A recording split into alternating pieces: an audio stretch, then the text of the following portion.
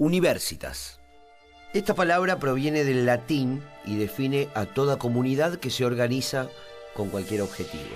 A partir del siglo XII, en Europa, su significado se aplicó para reconocer a los grupos de maestros y estudiantes que se unían por el derecho de enseñar y estudiar. Con el paso de los años, daría nombre a una de las instituciones más antiguas y complejas de la historia, la universidad.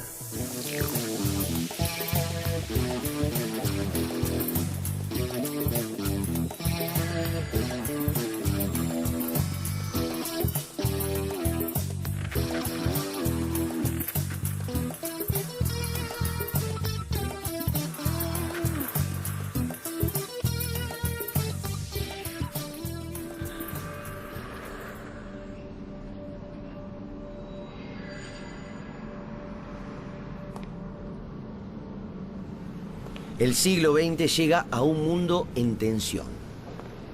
Los imperios europeos se funden en una gran guerra, la primera considerada mundial. Rusia estallará en una revolución que cambiará el mapa político global.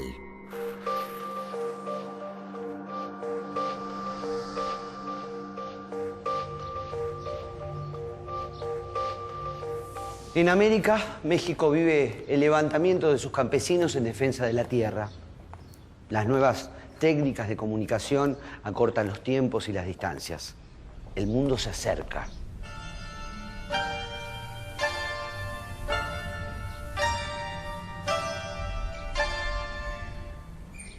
¿De qué manera influye este contexto en la Universidad Argentina?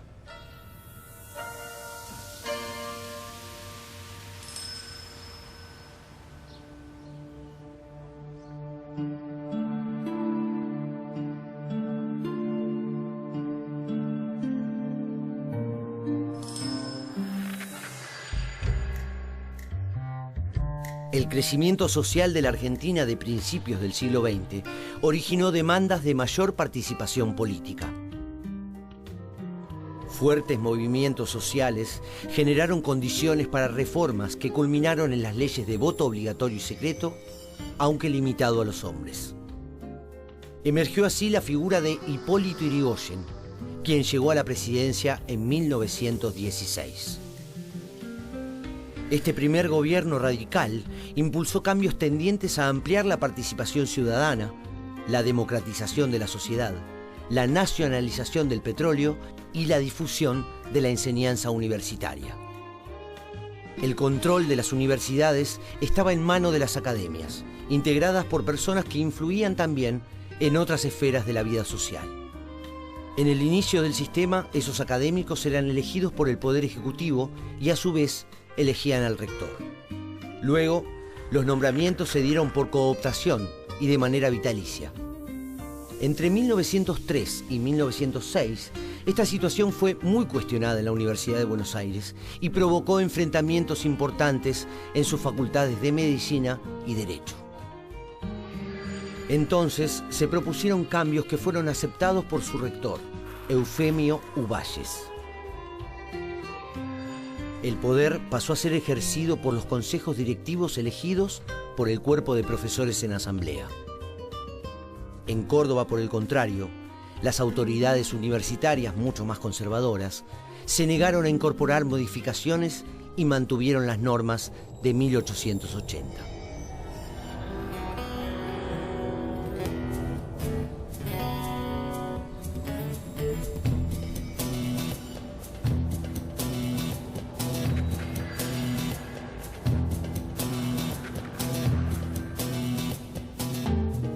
Vamos a conversar sobre la reforma universitaria del 18. La reforma fue una necesidad evidente. El modo como la reforma corrió, primero por el país. La reforma empezó en Córdoba en el 18. En el 19 se había extendido por todas las universidades del país. Y en el 20 ya por todas las universidades de Latinoamérica. O sea, se ve que era una necesidad importante y que todas tenían los mismos problemas. Acá teníamos 5 universidades. 3 nacionales y 2 provinciales en el 18. Y todas tendrían más o menos los mismos problemas, profesores no siempre los más eficaces, y eso en Córdoba había sido realmente grave. Por ejemplo, en Córdoba, por supuesto, no había concursos docentes, se designaban, como se dice vulgarmente, a dedo. Hay algún caso extremo, fue un regalo de casamiento. Es decir, un joven se casó, le regalaron una cátedra, de la cual se puso a estudiar en ese momento porque no tenía la menor idea. Esas cosas ocurrían.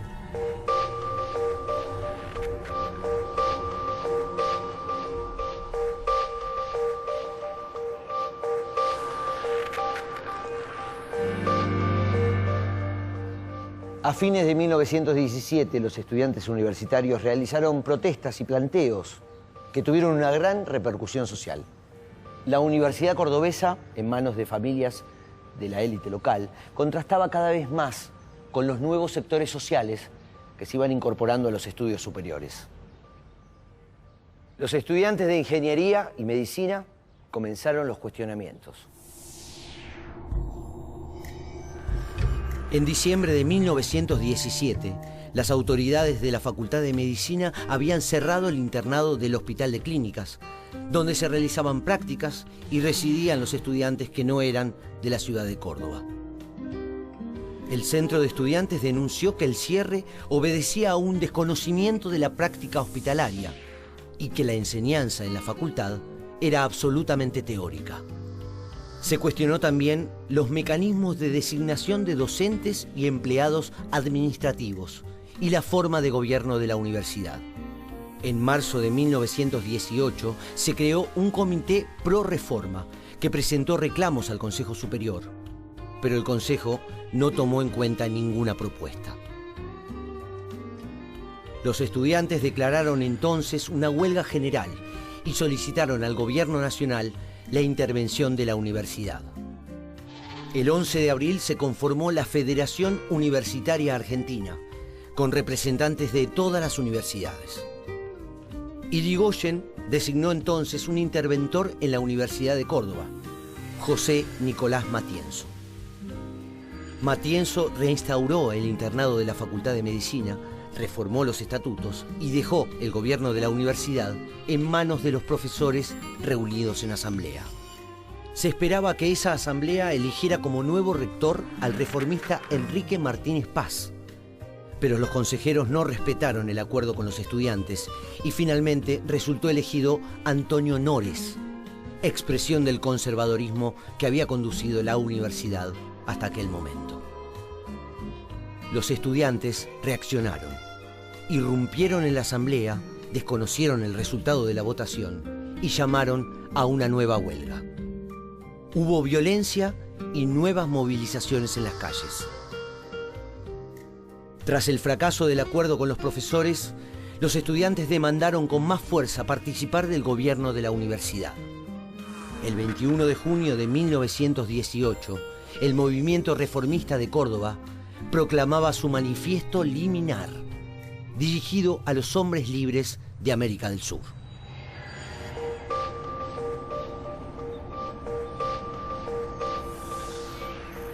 El gran debate de ideas sobre la reforma universitaria se dio en el primer Congreso Nacional de Estudiantes, convocado por la Federación Universitaria Argentina. Fue en julio de 1918 en Córdoba.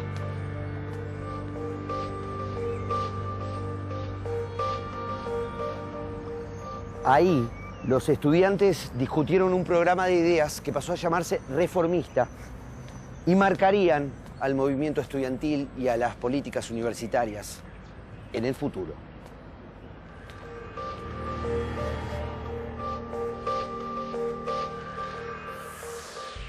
Antonio Nores renunció al rectorado y el gobierno nacional designó como nuevo interventor a José Salinas, quien sancionó nuevos estatutos que organizaron un gobierno integrado por profesores y estudiantes. Con el apoyo del gobierno y a pesar de la resistencia de las autoridades universitarias, el movimiento reformista en Córdoba alcanzaba algunos de sus objetivos. Los principios incluidos en los estatutos de Córdoba se reprodujeron en el resto de las universidades. En Buenos Aires fue una prolongación de los cambios que venían desde 1906. En La Plata, en cambio, el proceso se dio como en Córdoba, con grandes movilizaciones. La concepción jerárquica del gobierno universitario imponía una superioridad de los docentes sobre sus alumnos. El rector, Rodolfo Rivarola, era contrario a los principios reformistas y se negaba a hacer modificaciones en la institución. Esto provocó conflictos y una huelga general que terminaron con violencia y el asesinato de un alumno. Al año siguiente, Rivarola renunció.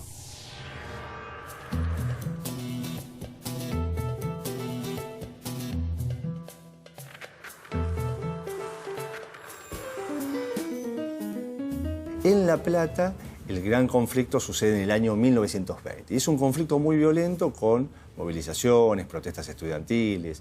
Es muy importante con ocupación de edificios, ¿no? Joaquín González ya había terminado su periodo cuando sucede lo que llamaríamos la reforma universitaria en La Plata. Y los que lo suceden no van a tener, los rectores que lo suceden, o presidentes en este caso en La Plata, no dan cauce o desarrollan una política de enfrentamiento con el estudiantado.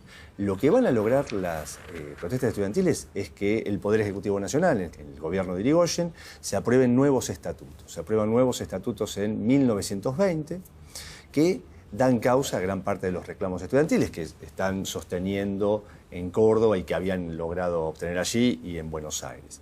Y entre ellos no solo está la participación o injerencia estudiantil en el gobierno de la universidad y otras medidas de participación, y que podríamos denominar democratización de la universidad, sino también una profunda inflexión en el modelo del perfil profesional y curricular de la Universidad de La Plata. Hay un intento también en algunas unidades académicas de impulsar la investigación científica, que era otro reclamo en La Plata de los estudiantes. Extraño, porque no forma parte del ideario de otros, tanto de la UBA como de Córdoba. Claro, está este reclamo y hay una tercera cuestión que diferencia a La Plata de las universidades de Córdoba y de Buenos Aires, que es básicamente, por ejemplo, la reacción espiritualista o antipositivista.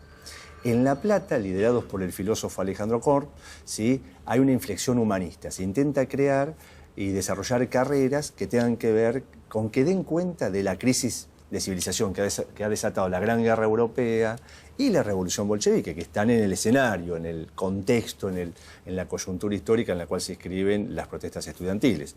Entonces, esta inflexión humanista lleva a la creación de una facultad de humanidades en La Plata y lleva al desarrollo más pleno, más integrado de carreras humanistas. Estos son rasgos más singulares de La Plata, ¿no?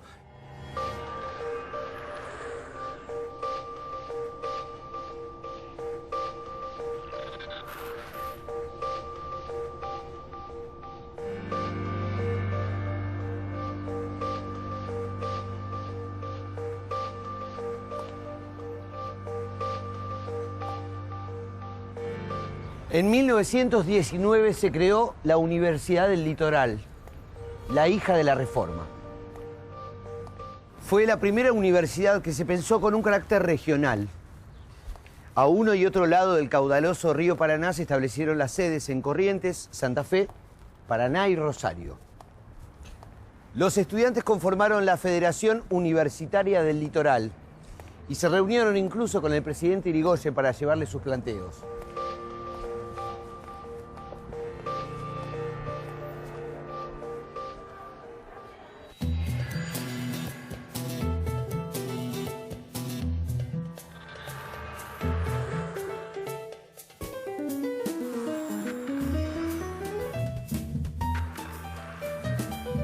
¿Cuáles eran los principios? Claro. Bueno, los principios han quedado plasmados por la pluma magistral de Deodoro Roca, entonces han tomado una dimensión política de otro nivel. Por eso la tercera dimensión que quizás hay que meter en todo esto es qué pasó a partir de la Revolución Mexicana y Revolución Rusa, como trasfondo político, ideológico, como ambiente, digamos, ¿no? Que hacía que en ese momento, digamos, los movimientos estudiantiles o los estudiantes jóvenes y una cantidad de sectores estuvieran en un estado de efervescencia política, social, importante. Por lo tanto, ese trasfondo revolucionario también hay que meterlo, como que explica muchas de las conductas de los escritos, etc. Entonces, a partir de esta cuestión, comienzan distintas alternativas. El tema de la participación de los estudiantes del gobierno se había discutido en algunos congresos estudiantiles previos y se va a debatir en la creación simultánea en estos momentos de la Federación Universitaria Argentina, en el primer congreso, y hay ahí ya planteos de la necesidad de la participación de los estudiantes en las formas que dijimos antes. Tampoco había una idea sí, no tan, participación tan directa en los órganos de gobierno. No estaba tan clara. Había algunos documentos que sí, otros que no. No había, como a veces se cree, la idea de ingreso irrestricto a la universidad, todo lo contrario, porque todos estos sectores que están dentro de la universidad son sectores que finalmente adhieren a una perspectiva muy profesionalista de la universidad. Es como batallas internas dentro de un esquema de una universidad muy profesionalista. Y los que ya estaban adentro planteaban la defensa de las profesiones, inclusive estaban preocupados por la plétora de abogados, ya para la época se decía que competencia. Era por la competencia. Entonces, no estaban por el ingreso irrestricto para nada, y cuando hay bachilleres que lo piden así, esto ellos también se oponen. Bueno, la gratuidad tampoco, ¿no? No, la gratuidad nunca estuvo en debate, para nada. Entonces esa no fue una reivindicación. La reivindicación fue la mayor participación de los estudiantes en el control sobre todo de las universidades, y de alguna forma todos los demás temas que sabemos, la extensión universitaria como una cuestión del papel social de la universidad, y también otras reivindicaciones como las cátedras libres, o sea, abrir de alguna forma el esquema más cerrado que el control de las academias había planteado previamente en temas de este tipo, ¿no? Y lo que es muy relevante es la herencia que va a quedar de esta plataforma como una plataforma de lanzamiento, que además va a ser una plataforma de lanzamiento reformista y consolidada, sobre todo, también asociada finalmente a lo largo, luego posteriormente del tiempo, a un partido político, que es el radicalismo como tal, y que va a estar teñido de esa esencia, pero no solo los radicales, por supuesto, los socialistas de la época tuvieron intensa participación también, y algunos otros partidos menores, ¿no?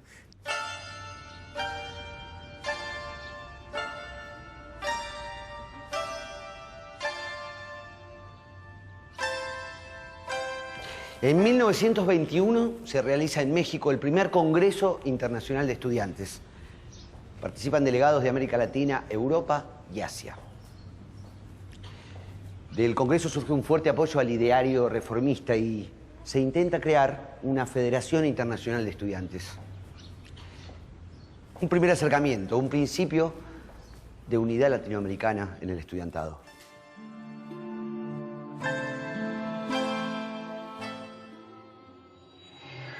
En Argentina surgía una clase trabajadora activa en la defensa de sus derechos, que sufriría violencia por parte del Estado. Durante la llamada Semana Trágica, fueron reprimidos los trabajadores de los talleres Bacena, en Buenos Aires. Fueron fusilados peones rurales en Santa Cruz y se reprimió y asesinó a los obreros de la empresa inglesa La Forestal. En 1922 asumió la presidencia Marcelo T. de Alvear, del radicalismo antipersonalista que se oponía al liderazgo de Hipólito Yrigoyen. Durante su gobierno se produjeron cambios en las políticas de educación superior. En las universidades del Litoral y de Córdoba se limitó la representación de los estudiantes y se fortaleció el rol de los profesores. En 1928, Hipólito Yrigoyen fue electo nuevamente presidente. Pero en 1930, la situación institucional se deterioró, en parte debido a la crisis económica internacional. Yrigoyen vio debilitado su poder. Diversos sectores apoyaron un movimiento militar que desembocaría en un golpe de Estado. Entre ellos, estudiantes y profesores universitarios jugaron un papel protagónico. En La Plata, los centros de estudiantes de Ingeniería y Derecho y los líderes de la Federación Universitaria respaldaron el accionar golpista. La Federación Universitaria de Buenos Aires y Alfredo Palacios solicitaron el alejamiento del presidente. El 6 de septiembre de 1930, los generales José Félix Uriburu y Agustín P. Justo derrocaron al gobierno de Hipólito Yrigoyen. Se inauguró así un periodo en el que las mayorías fueron excluidas de la vida política a través del fraude electoral.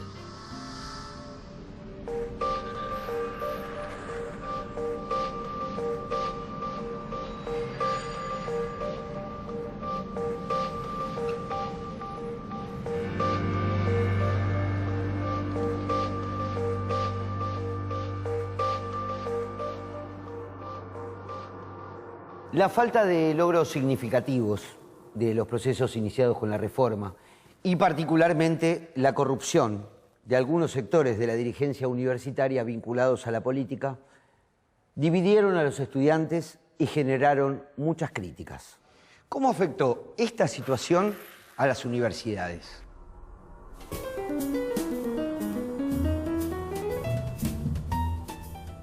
Cuando sube Alvear, o sea, en el 22, bueno, hay un proceso de cambio, digamos, ¿no? Los radicales antipersonalistas como que dan un contexto y hay cierta disminución de las proporciones de participación entre docentes y estudiantes. Se garantizan que los docentes tengan el control más férreo de las facultades. Siempre estamos diciendo los docentes en la elección de sus pares que los van a representar en los órganos de gobierno. En los gobiernos a través de las asambleas.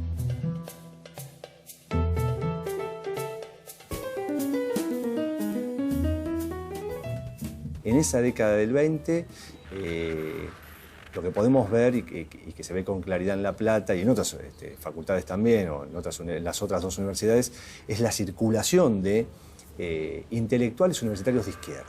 Es decir, Palacios es uno de ellos, pero luego, hacia el final de esta década, el filósofo Alejandro Korn se va a sumar, ¿no?, al Partido Socialista. En 1931 se afilia al partido, pero su adhesión al partido es de los años 20. ¿Qué papel jugaron en el golpe del 30?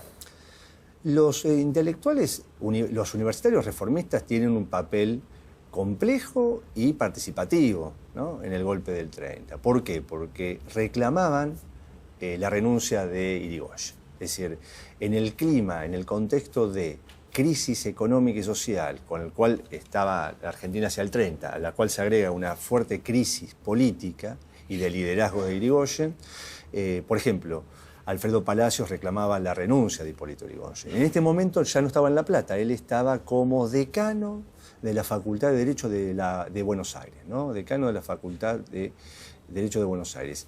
Y reclaman él, Carlos Sánchez Viamonte, muy conocidos reformistas, Julio Víctor González, reclaman la renuncia de Irigoyen y las diatribas contra el gobierno radical son tremendas. Emparentan allí un gobierno vinculado a la corrupción, a prácticas de violencia, a un caudillismo senil, como le atribuían a Irigoyen, incapaz de gobernar una democracia argentina. Evidentemente, un segmento muy importante de ese reformismo equivocó el rumbo allí y participó en creando un clima de... ¿Y las autoridades de la universidad no participaron también? Bueno, hubo autores, claro. Es decir, hubo rectores participantes en el golpe de Estado, ¿no?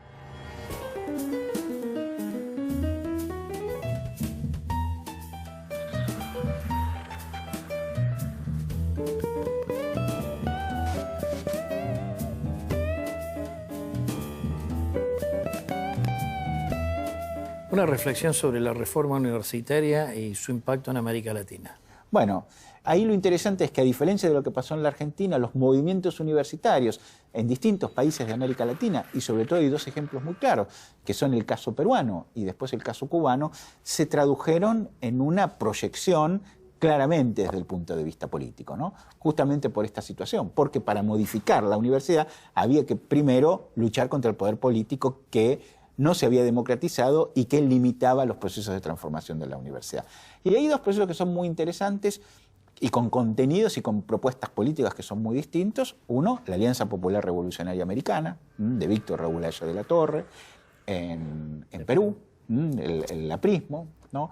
Que es un proyecto de transformación de la sociedad liderado por la pequeña burguesía intelectual, si se puede decir así, básicamente por, digamos, un lugar en el cual los estudiantes ocupan un sitio central. Y la otra propuesta, también protagonizada por un líder estudiantil, por un gran líder estudiantil que fue Julio Mella, cubano, asesinado, digamos, pocos años después en México, donde en realidad la estrategia es distinta porque ahí el estudiantado va subordinado a la dirección proletaria, para decirlo de alguna manera. Ese, digamos, Mella está en el origen del Partido Comunista Cubano. Y ahí, bueno, el proyecto es distinto, porque ya no es el liderazgo de la masa estudiantil, sino la incorporación en un proyecto donde la vanguardia central la tiene el proletariado.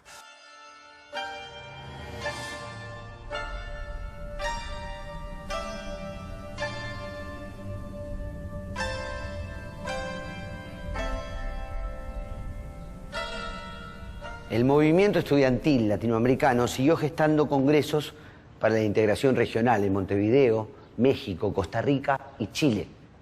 También creció su participación en la vida política. Para ese entonces Argentina ya contaba con varios años de experiencia en la investigación científica. ¿Cómo se vincularía la investigación y las universidades?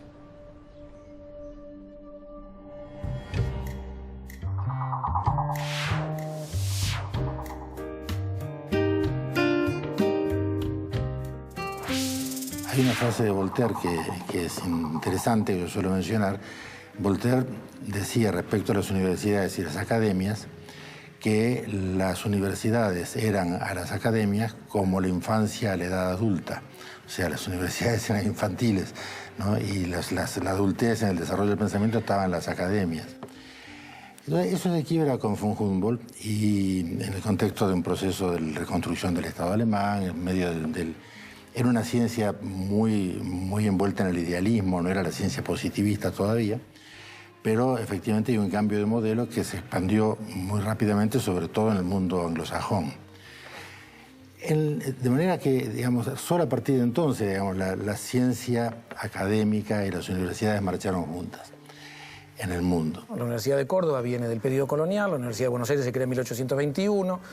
Son universidades que logran durante el siglo XIX generar algunas iniciativas de institucionalización, creando departamentos vinculados a las ciencias naturales, en la Universidad de Córdoba con algunos científicos alemanes, pero la Universidad de La Plata se concibe como una universidad con un fuerte componente científico.